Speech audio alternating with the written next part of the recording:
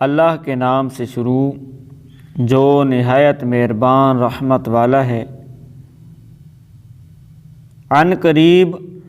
تم کچھ دوسروں کو پاؤ گے جو چاہتے ہیں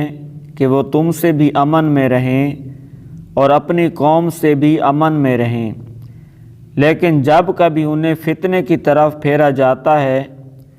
تو اس میں اوندھے جا پڑتے ہیں۔ پھر اگر وہ تم سے کنارہ کشی نہ کریں اور تمہارے ساتھ صلح نہ کریں اور اپنے ہاتھ تم سے لڑنے سے نہ روکیں تو تم انہیں پکڑ لو اور جہاں پاؤ انہیں قتل کر دو، اور یہی وہ لوگ ہیں جن کے خلاف ہم نے تمہیں کھلا اختیار دیا ہے۔ اور کسی مسلمان کے لیے جائز نہیں ہے کہ کسی مسلمان کو قتل کرے مگر یہ غلطی سے ہو جائے،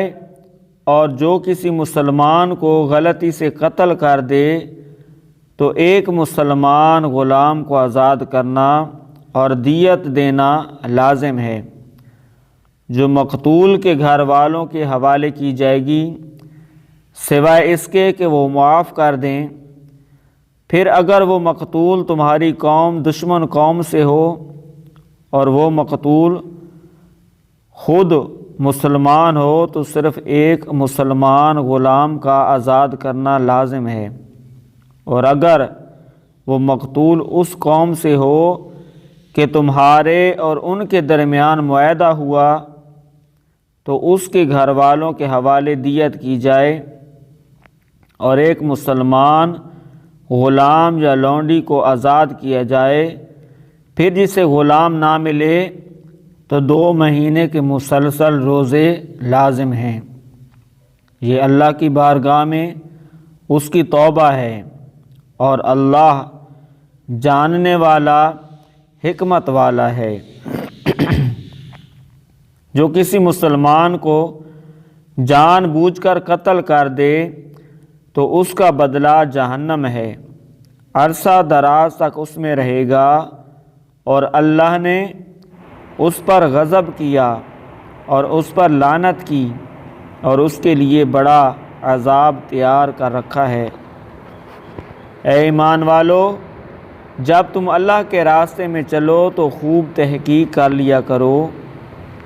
اور جو تمہیں سلام کرے اسے یہ نہ کہو کہ تم مسلمان نہیں، تم دنیاوی زندگی کا سامان چاہتے ہو، پس اللہ کے پاس بہت سے غنیمت کے مال ہیں،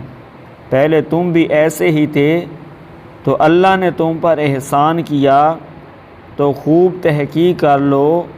بے شک اللہ تمام اعمال سے خبردار ہے۔ عذر والوں کے علاوہ جو مسلمان جہاد سے بیٹھے رہے وہ اور اللہ کی راہ میں اپنے مالوں اور اپنی جانوں کے ساتھ جہاد کرنے والے برابر نہیں۔ اپنی جانوں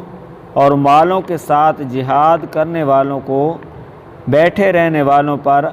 اللہ نے درجے کے اعتبار سے فضیلت عطا فرمائی ہے، اور اللہ نے سب سے بھلائی کا وعدہ فرمایا ہے، اور اللہ نے جہاد کرنے والوں کو بیٹھے رہنے والوں پر بہت بڑے اجر کی فضیلت عطا فرمائی ہے۔